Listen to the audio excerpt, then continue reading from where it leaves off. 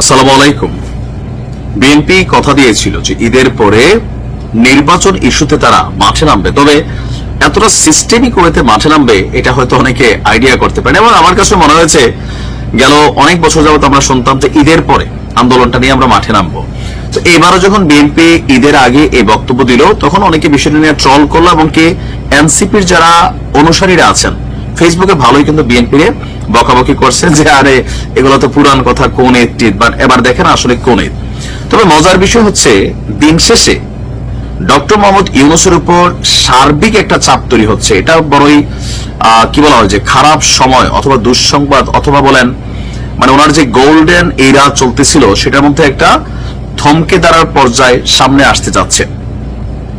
BNP নিজে ডিসেম্বরে নির্বাচন চাইলেও এতদিন যাবৎ জামাত ইসলাম এবং আপনার কি বলা হয় যে অন্যান্য যে বৃহত্তর যে ইসলামিক দলগুলো ছিল তারা কিন্তু একত্রিত বা সম্মিলিত ভাবে সরকারকে নির্বাচনের জন্য চাপ দেয়নি। এর মাঝখানে বিপণনের দলও আছে, ছোটখাটো যে দলগুলো আছে, কিন্তু হঠাৎ করে ঈদের পরে কেমন জানি প্রেক্ষাপটটা বদলাই গেল।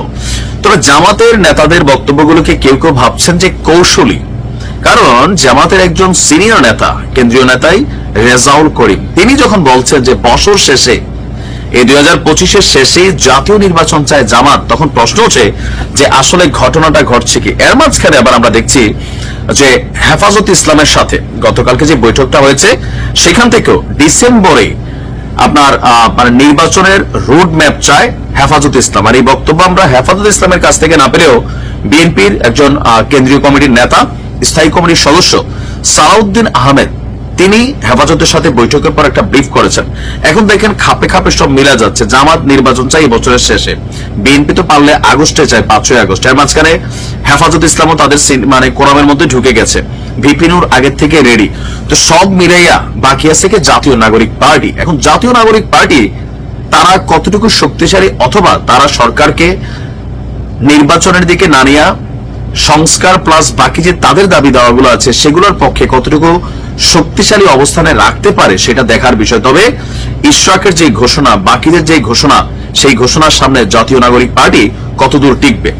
চলতি বছরের ডিসেম্বরে নির্বাচনের রোডম্যাপ দেওয়ার দাবি জানিয়েছেন সালাউদ্দিন আহমেদ। তিনি বলছেন এখনো নির্বাচন নিয়ে বিভ্রান্তিমূলক কথাবার্তা হচ্ছে। বলা হচ্ছে ডিসেম্বর থেকে জুন, আবার বলা হয় জুন থেকে ডিসেম্বর। আমরা ডিসেম্বরে নির্বাচনের রোডম্যাপ ঘোষণা চাই, আর আমাদের দাবির সাথে হেফাজতে ইসলাম একমত হয়েছে। গতকালকে দলীয় চেয়ারপারসনের কার্যালয়ে সংবাদ সম্মেলনে হেফাজতের সাথে বৈঠকের পর তিনি বলছেন যে আপনার গণহত্যা এবং মানবতা বিরোধী অপরাধের দায়ে আওয়ামী লীগেরও বিচার চায় তারা। সংবিধানের 47 অনুচ্ছেদ অনুযায়ী আওয়ামী লীগের বিচার করা যায়, বিচারে যা হবে তা দেশের মানুষ মেনে নেবে। প্রয়োজনে আন্তর্জাতিক অপরাধ ট্রাইব্যুনালের সংখ্যা বৃদ্ধি করতে হবে। তবে হেফাজতের সাথে বৈঠকের বিস্তারিত তিনি বলছেন আমরা সংস্কার চাই, বিচারও চাই, তবে তা হবে গণতান্ত্রিক পদ্ধতিতে। প্রধান উপদেষ্টা বারবার বিভিন্ন মাধ্যমে ডিসেম্বরে নির্বাচন দেওয়ার কথা বলেছেন, কিন্তু এখনো নির্বাচন নিয়ে বিভ্রান্তিমূলক কথাবার্তা হচ্ছে। আর আমাদের দাবির সঙ্গে হেফাজত ইসলাম একমত হয়েছে। এখন আমরা সরকারকে বলছি যে আগামী অল্প সময়ের মধ্যে আপনারা নির্বাচনের আয়োজন করবেন। নির্বাচন কমিশনের যদি আপনি বক্তব্যটা শুনে থাকেন, সেখানে নির্বাচন কমিশন বলছে যে আগামী ডিসেম্বরে নির্বাচন হবে।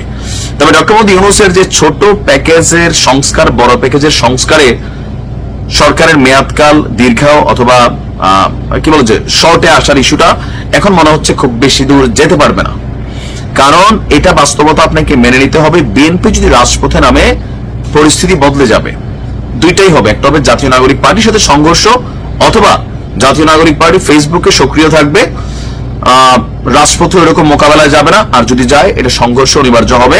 আর এই সিচুয়েশনের পরে একটা দুইটা ঘটনা ঘটলেই নির্বাচনী সেটা সামনে চলে আসবে, যদি আর মাঝখানে আলাদা কোনো ম্যাজিক অথবা কাকতালীয় অথবা থাকে না যে হঠাৎ করে 5ই আগস্ট যেমন হয়ে গেছে এরকম কোনো ঘটনা না হয়।